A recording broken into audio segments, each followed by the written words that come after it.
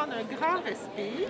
Québec fait passer la vaccination en 4e vitesse. Dès mardi, il sera possible d'obtenir sa seconde dose de vaccin dans un délai de 4 semaines. 115 000 jeunes n'ont toujours pas reçu leur première dose et pour atteindre l'objectif de vaccination du 31 août, il faut accélérer la cadence. Alors, on gruge quelques points de pourcentage, ce qui fait que à tous les jours, mais c'est pas assez rapide à mon goût. Un jeune adulte qui a reçu sa dose de vaccin, elle peut vraiment être un super propagateur puis causer des problèmes. Dans la mire, la rentrée à l'automne dans les cégeps et les universités. Un retour en présentiel pour les gens du cégep et de l'université, il faut absolument qu'on aille chercher même mieux que 75 %.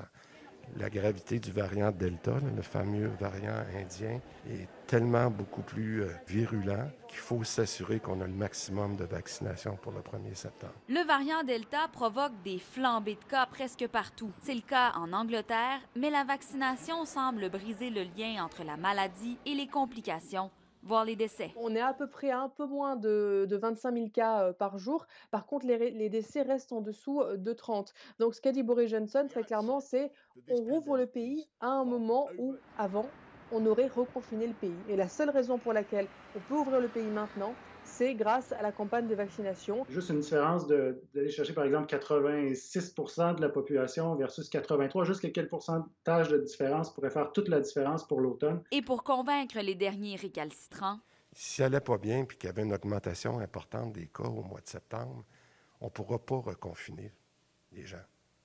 On ne peut pas reconfiner les gens avec ce qu'on vient de vivre pendant 15-16 mois. Fait qu'il va falloir faire des choix.